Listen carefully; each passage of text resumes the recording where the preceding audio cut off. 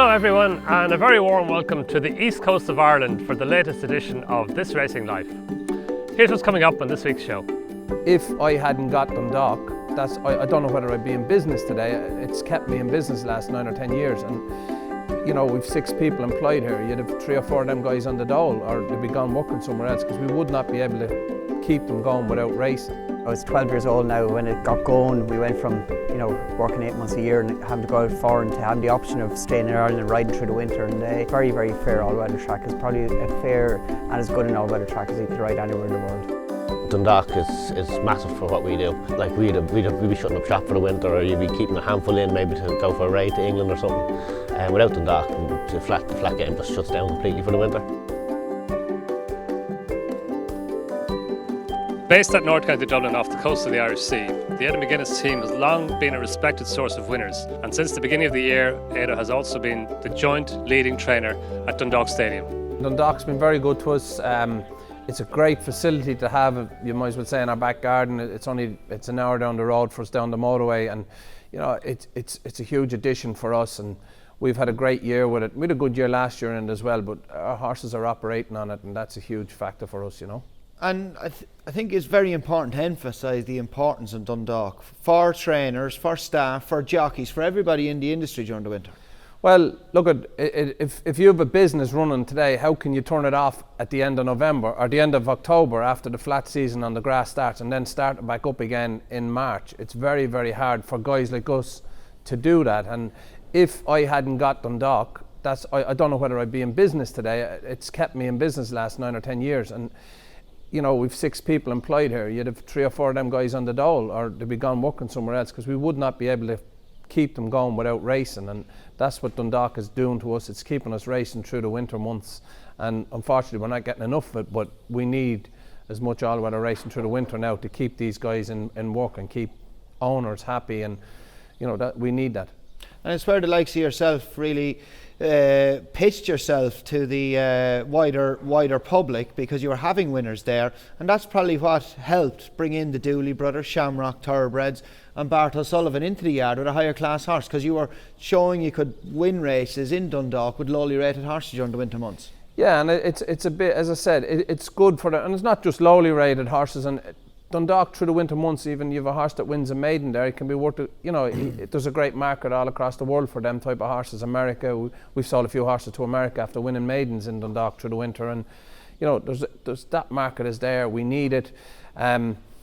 It's great that the low grade horses, and we've had plenty of them up there, and they're probably the hardest horses to train in training compared to, like, you have a good horse, you can map out a race for him, you can say, right, we'll go there. You have a low grade horse in the ballad system in Dundalk, you could take 2 or 3 weeks to get that horse, so you could have him peaking next Friday and he doesn't get a run, so you might have to wait for 2 more Fridays before he gets a run. So these horses aren't easy trained, and then you have to let him down and bring him back up again to that peakness again. So these horses, in my opinion, they're harder to train than the real good horse. As you say, you can't make a plan with them, can you? No, you can't make a plan with them, and that's okay. I know some of them are a little bit roguish and that, but they are hard, and they're hard to make a plan with. Even through the summer, they're hard to make a plan with.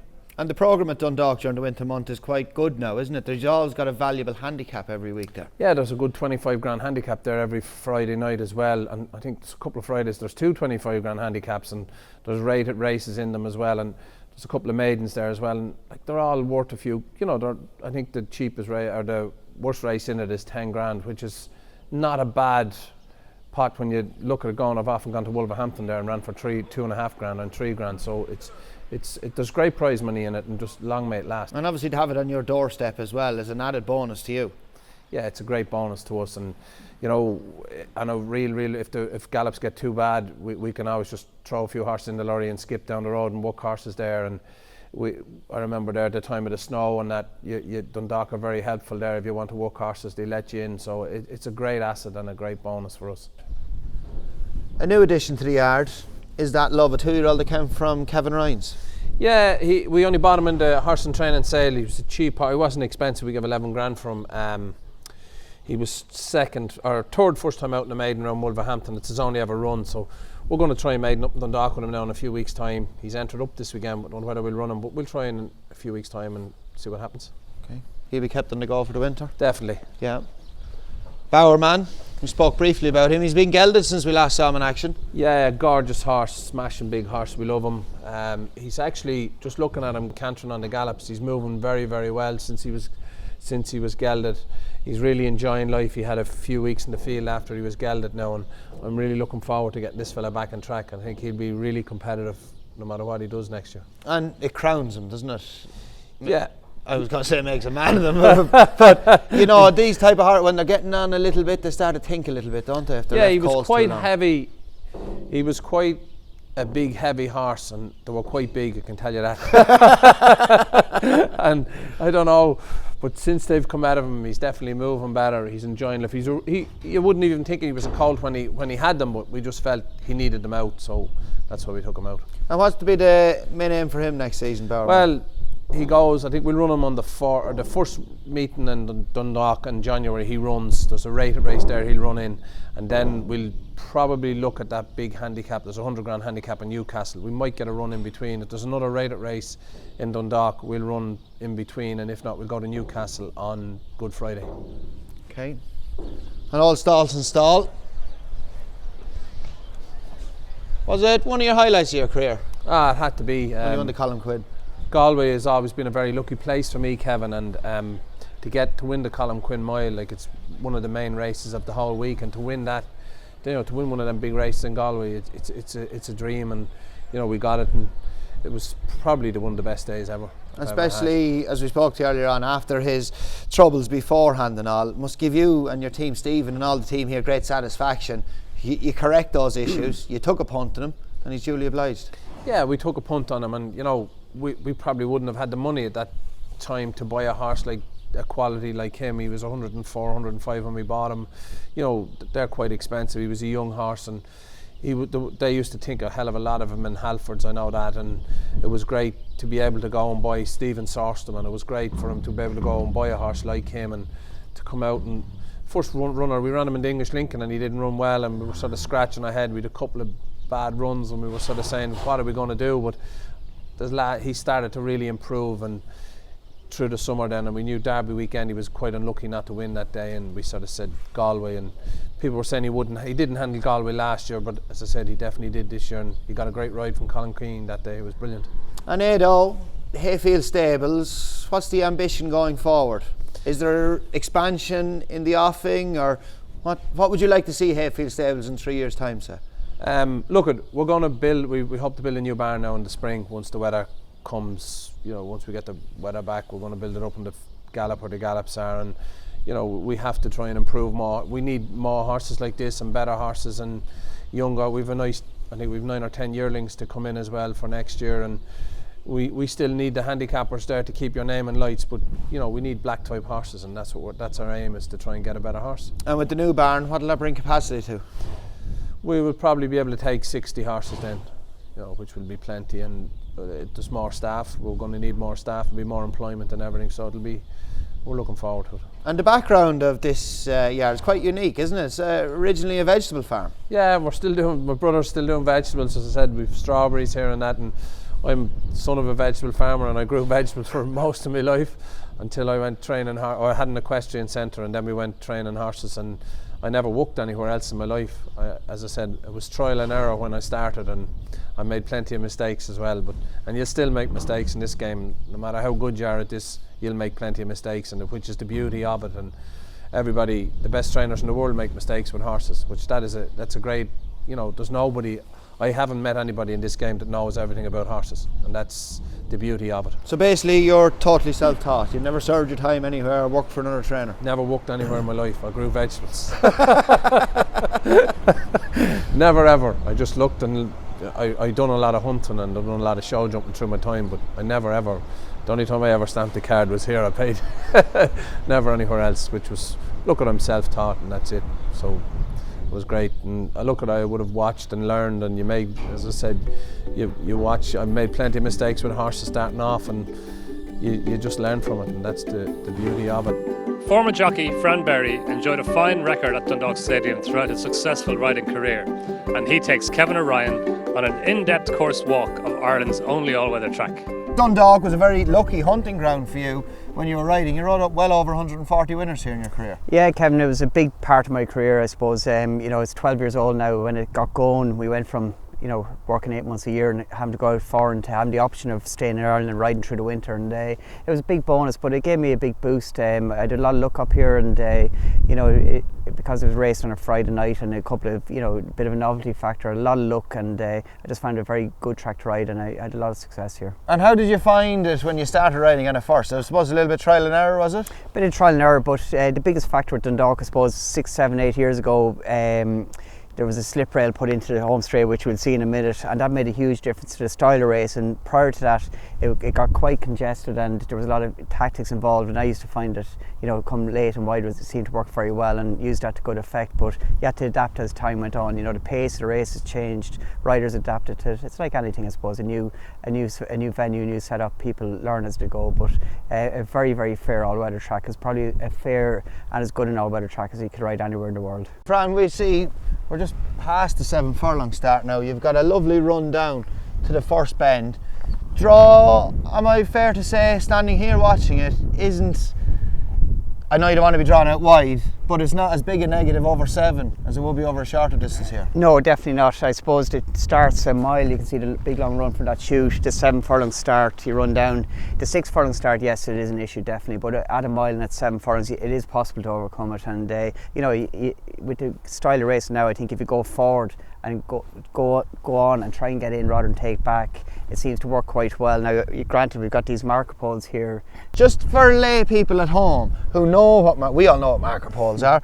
People have heard of marker poles, but there is people out there going, explain to us what marker poles mean. Yeah, you can see, you start from the stalls. We have 14 bay stalls here, the maximum runners, which you get in most races at Dundalk, and they're almost a full width of the track. So for interference and to provide a cleaner race riding experience, I suppose, if you like, these yellow and black markers are here about 120 yards from the starting position of the stalls, and you're expected to keep straight for them, even if you break well and get a couple lengths on the field. If you don't run reasonably straight to them, you're going to be in before the stewards, and that creates it gives everyone a chance to get into their stride and then let the race settle in. But the key to it is you got to judge it when you're getting close to them, is when to move in. You got to play it between the rules, and you can, if you get 10 strides before the marker poles and you feel you're clear, you can edge across gradually and have a look.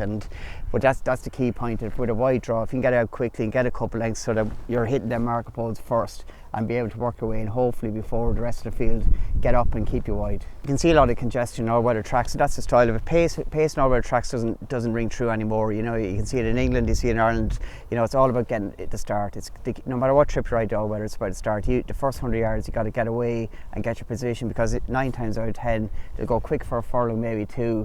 Somebody gets to the front and they'll try and pull the pace up and steady it up. So if the marker poles aren't there, it's bad enough when it's steadied up and there's a bunch of runners, but after a furlong or 2 it's settled down. But if it happens in the first half of the race, there's a lot of problems, and I suppose that's a big factor. Another question for people sitting at home, they're wondering, why is there only 14 runners? Look, it's the tightest racing in the world, really, all-weather race, and even with a fine big track like Dundalk, you see the width of this, but because the surface is so good, it allows every horse a chance to travel and get involved in the race. So you see most races here, there might be 4-5 lengths maximum covering 14 runners, and when they turn in and they're all looking for a position, they'll actually get quite congested for that 100 yards into the straight off the slip rail, and then the slip rail allows it to fan out. But if you added 16-18 runners into it, it would create a lot more congestion, and you'd have a massive amount of runners in a tightly confined space, and it just wouldn't lend itself to clean, good racing, in my opinion. And you see Kempton 14 runners, Newcastle, with the exception of their Northumberland plate, there's 20 odd maybe that, but in general most all-weather tracks, the sweet spot's about 12 to 14 runners to give every horse somewhat of a fair chance, particularly with draws are a big factor no matter what track you get on the all-weather. We've now come down to the 5 furlong start, Fran, and of course we start in a chute here over 5.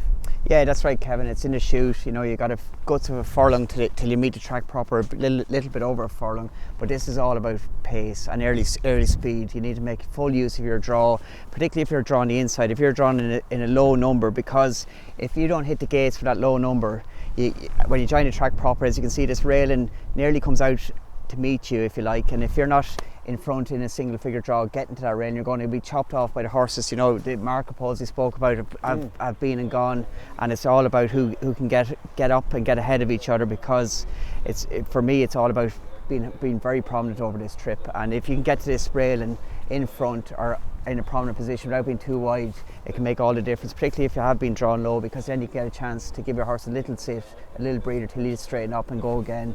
But if you've had a good draw and you don't hit the gates, you're crossed over very quickly by the rest of the field, and you can find yourself chopped back off and you're basically out of the race. If you have a horse that's slow out of the gates, as you said, always a bit tardy away, your chance is gone. Completely, and you'll see it here in 2-year-old maidens early in the season, or recently we've seen a very expensive 2-year-old trained by Joseph O'Brien and who completely missed the start, and then you know you're on the back foot straight away. You get 8 or 10 lengths off the rest of the field, the kickback's in your face and it's race over. And even in handicaps you can see it. If they miss a beat and get 4 or 5 lengths off the pace, you're gone, you know, because by the time you recover, get into your stride, the field has come together and you're 3 or 4 rows back, and then by the time you turn into the straight, they've kicked off the bend and they're gone. And obviously an outside draw is a big negative, isn't it, over 5 furlongs here? Big negative. As you see, we run into this bend and you can see it's a lovely sweeping bend, it rides well, but if you're more than 3 wide, if you're 3 or 4 horses wide, you're getting pushed further and further wide, you're having to work hard, your horse is getting on the wrong leg and he's not breathing properly or getting balanced, and the horse inside you're sitting and they're forcing a little bit wide, and you just don't get into any proper rhythm. You're using your horse, he hasn't found his stride, and you don't usually recover from that. And obviously you're covering a lot more ground than the horse closer to the rail is. A lot more ground, and you know they're saving ground, saving energy, and you're having to work around them, and you'll never get around them. You know, even if you do get ahead of them, they'll have the edge on you, and when it's straight up they'll be able to just flick out and go, and they've saved their energy, whereas you've expended all yours. So you know, with a wide draw, unless you can hit the gates very quickly, sometimes it's better just take your chance, cut across and hope that they go too fast. But 9 times out of 10 I think you just got to race forward as possible. And Fran, when you look at the declarations the morning before, something you were fancying in a sprint 5 furlong race here, saw you were drawn out in stall 13 or 14. Is there anything what would be your plan going out in your head? Kevin, you weigh up your opposition first of all. You know where the pace in the race is, but ideally for that draw, if my horse had a bit of gate speed, I'd take my chance. I'd jump and gun and go as hard as I can down to this chute and hope that maybe 1 or 2 from the inside draws have either gone on and spread the field out a little bit, that you can edge in and try and get in behind them, because I think if you jump to miss it and get back in behind, by the time you do that and secure a position in towards the rail, the race is over. They're gone too far behind. Too far behind, and they don't come back generally, you know, unless they've really gone a breakneck pace.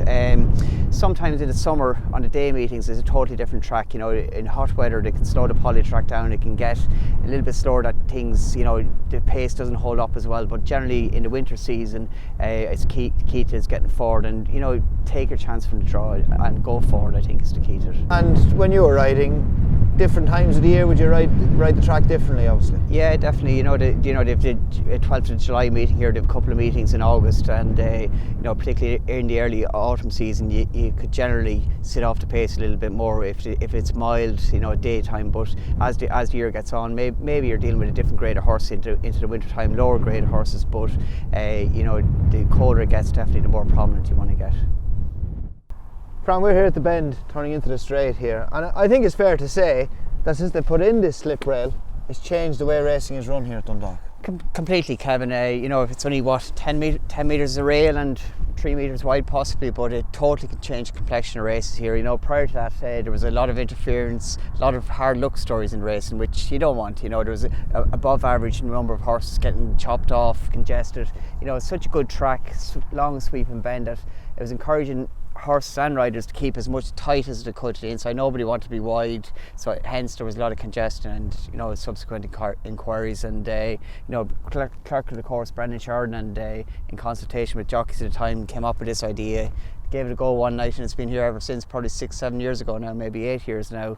But it's just totally changed the complexion of it. You know, there's very few hard luck stories now. You know, when you're turning off this rail, you've got the long sweeping bend, everybody knows that if they're in a position that mightn't be ideal, there might be a place further back than what they want, but you know when you get here with 2.5 furlongs to run that you're going to get a run. You know, when this happens, it's going to fan out, whether leader directly, usually when you get to this point, the leader elects to go straight up the middle. It's nearly encouraging more to get your horse to change your legs and kick forward off the off leg, and then you can straighten them up and get them running on the near side leg. And you know, that, as a consequence, you've got 2 or 3 metres on the inside with room for horse to go, and equally the whole width of just fine wide straight to go, and it's really just giving every horse a fair chance. But it has lended itself, in my opinion, to horses that are on the front end of it. If you can get a sit for the last 100 yards into this slip rail and try and stack up the field somewhat, and you're sitting against your horse, but when you get to about here, go and try and get a couple of lengths, and hopefully your opposition are getting a little bit stopped in their run, and you've got away to some extent. Now you do have a quite long run in to go, but on polytrack, if you can get away and get a couple of easy lengths, it does make it very, very hard for your rivals to pick you up. Especially when it's riding quicker. Yes, yeah, definitely. And sometimes when you're dealing with some of the lower grade horses, you know, they turn in, and if they have a couple of lengths to make up on a horse, it doesn't really encourage you. You know, they like to do things easy, and if they've got to work hard to get there, it just tends to put them off somewhat. It takes a bit of getting here, doesn't it, from the point to the bend up to the winning post? It's a long straight and long open expanse. You can see it can be quite lonely, particularly in maidens. If you're riding a maiden, you take it up a long way out here. They've got a lot going on. You know, you've got Damian's track inside, you've got trees, you got the lights, and then when you get down further into the last furlong, you got the lights of the dog track, and the horse gate is there inside the furlong pole. And you can often see, if viewers at home are looking at it, inside the final furlong, horse begin to tire and it might wander a little bit right inside the furlong pole. That's usually for the horse gate. It's there, they take it catches your eye, and it's all about keeping the momentum up at that point. But you can see the last 100 yards, horses that have kicked a long way from home are crying out for the line. Did you always find down the inside here rode slower than, say, up the middle or to the outside? I wouldn't say rode slower by any means, but I do think it's all about momentum. You know, if you're in behind 2 or 3 wide and you're waiting for the slip rail to go and cut in, by the time you go, slide in and get your horse going again, other horses have built up their momentum down the outside, and they're getting into full flow, whereas you've had to ask your horse to stop and get started again, and at that point they might get their momentum's up and they've got a length on you, and it can be just harder to get going and pick them up again. Everything we've spoken about, I suppose, is all down to the pace of the races, and you know, in general, most races, even the handicaps, tend to be run more sedately than, you know, on the faster side, if you like, and that's why it's key. This is a key point of the race where it can be won and lost. And it's interesting you say as well about how daunting it is, and I think it's something that maybe the viewers at home don't really appreciate. You turn into the straight here in a 2-year-old. First time out, most of the horses have come up and had an experience under the lights, which is vitally important. It's a long way home for a 2-year-old, isn't it? First time out. Lights, action in the stands. Long way home. I actually used to prefer riding an inexperienced horse under the lights than not. In the day meetings, as you can see, the lights just funnel it in. They can't see anything else but the track. You know, they've got the railings, they've got the light, and that's all they can see. Everything else is black. But in the daytime, they can see the ambulance track, they'll see cars, they'll see a starter's rostrum. There'll be something to catch your eye, but at night time under lights, just like a runway. That's interesting. Yeah. You learn something new every day. That was a theory anyway. That's why you get paid big bucks, isn't it? Totally. Damian English, another trainer based in North County Dublin, has done incredibly well with some of his string sourced at the Horses in Training sales, including the prolific 7-year-old Geological, who looks bound for the Maidan Carnival in Dubai following a winning spree at Dundalk this winter. He's in great order. We had him down the beach this morning. You've seen how fresh and how well he is. He thrives on his work. He's rejuvenated this year. He's in the form of his life. Never expected him to be winning 3 in the bounce. Like, before his 100 start, he'd never won 2 in the bounce. So to go on now and win 3 in the bounce and possibly do four in a row and maybe head off to Dubai then for the winter, like, That'll be nice, wouldn't it? That'll be the ice on the cake. And what is it? Why is he in such good form now, do you think? Well, look, we mind him for every year now, and you come into a few little nicks along the way, and we've just ironed out all the kinks. And in his head, the horse is in a very good place. You know, he knows what he's getting from Monday to Friday. He loves routine, loves consistency, and he's just thriving. Like, we've got new special lights in the stable, and they've made a big difference. The coats all look a lot better, but other than that, we haven't changed anything. And he's just getting better and better with age. Yeah, because it was what, 3 runs ago. It was the second time Vanessa May rode him, and he just got out in front like he seems to like to do, and just kept on going, didn't he? Yeah, well that's it. Like he's so straightforward. And he's just so genuine. His appetite for the game is unreal. Like if the lorry leaves here on a Friday evening and he's not in it, you can hear the stable wall being kicked and thumped. You know, he loves to get on that lorry every time he goes out of the yard. So yeah, no, we won't change it, and maybe he'll get to Divide this winter and we'll have a bit of fun over there with him. Yeah, and like it's just such a sound horse, isn't it? Like you keep, you know, whatever you're doing with him here, he's just sound and well and happy and fresh and wants to keep on running. Yeah, well that's the thing. We've been very lucky. Like we've had a couple of horses over the years, and they get little joints and get little niggly injuries. But he's kind of he's got away with most of them, and now touch wood. Now he's been very sound and healthy. So hopefully long may it last. And 2 runs ago, he and Gordon Lord Byron, like he's run over 100 times, and Gordon Lord Byron's run over 100 times, and the two of them going to the line together. I know, isn't it brilliant? Like, but to see old horse like that with still such a good appetite for the game, it's brilliant. And like it's like horses like him that get you up in the morning. So hopefully now we can keep him going. Like Gordon Lord Byron's what, 12, Gio's 7. Be nice to see him in that form now when he comes to that age as well. God knows how many times he'll have run if he keeps on running with his 12. And then, but like his last run, he looked as good as ever. Like that was up there with the best of his life, wasn't it? Definitely. Look, he was rated in 99 at his highest, but he was never in the form of a 99 horse. Now he's showing that sort of form. Vanessa gets a really good tune out of him. We've always said he goes well for the girls. Like Michelle Hamilton won on him, Anna O'Brien's won them, and now Vanessa 3 in a row. So look, he's just an absolute pleasure to be involved with. Yeah, and she seemed to give him like all his last 3 runs. She did them 4 times now, I think. Is that right? Yeah, that's right. So but his last 3 runs, she just got him into his rhythm early on, and then she kept him balanced and kept him strong in the finish. Yeah, like he's fairly straightforward, as you can see, and Vanessa's got very quiet hands. She keeps him balanced, and the horse just gallops for her. He really does. Like the first night now, she kicked hard and she made plenty of use of him, and then the next night with Gordon Lord Byron, she used her head and she sat a little bit and waited and kicked in. So look, she's very, very clever rider, and I think she's going to be a good £7 climber now over the winter. Yeah, well, she's lost 3 over 10. Yeah, that's what I mean. She's £7 now. So, but look, I think she's going to be good value for £7 over the winter. Yeah. So he's now 96. Is that enough to get him into Dubai? Yeah, he's been accepted to go over. Look, 96. He'd kind of maybe one of the first horses to be balloted out. So, ideal world, it'd be nice to win his next start in Dundalk before he goes over, just to be sure that we get in over there. But look, 96, he should at least get a couple of runs over there. Yeah. And is that the plan, then one more run at Dundalk and then have a look at Dubai? Yeah, definitely, yeah. We've been weighing up all the logistics and that the last couple of days and that, and everything's suggesting that we're going to be going, yeah. And like going back to when you got him, I know it's a good few years ago now, but he wasn't an expensive horse. No, 800 guineas minimum bid over in Newmarket. We went over with a £5 to buy him, and when the hammer dropped after one bid, we were running out going, geez, did we miss something? As he got 4 legs, you know, is there something we didn't see? But got him home, and I think his first run for us, he ran a blinder, he was 3rd or 4th, you know, and a few little problems along the way, we ironed them out, but more like just developing and maturing. He was only a 3-year-old. Yeah. By the time he turned 5, he was just a real hardy sort of horse. He's a bit of a barrel, and he's tough and hardy, and he's just one of them diamonds in the rough kind of. Yeah. Just on Dundalk for a second, like how important is Dundalk for your operation? Dundalk is massive for what we do. Like we'd be shutting up shop for the winter, or you'd be keeping a handful in maybe to go for a raid to England or something. Without Dundalk, the flat game just shuts down completely for the winter. Yeah. And like even there, the start of this year, the surface wasn't riding its best, and we didn't run horses there from January to March. Like that affected my winners for the year big time. Like I had no winners from January to March this year, which isn't normal, you know. And as soon as we got the service right and we went back up there, we've had 3 or 4 winners since. So we'd be lost without that place. And are you happy with the surface now as it is? Couldn't be happier. Yeah. They've done wonders. We had a few little niggly injuries, and they were the same injuries coming back, and the vets were asking us what we changed, and we hadn't changed anything. So it turned out that it was the surface, and they've done wonders to get it back riding well. As you can see, my horse are running consistent, and now it's riding top notch. You're not far from the beach, which we saw this morning that the horses, they seem to love it down there. Like is it a great facility to have just on your doorstep? Oh look, it is, and like we were blessed to have the beach, because you can see here, like we have no facilities, we've no walkers, no sand arenas, no gallops. We just have the stables and a bit of land. So without being so close to the beach, we'd be lost.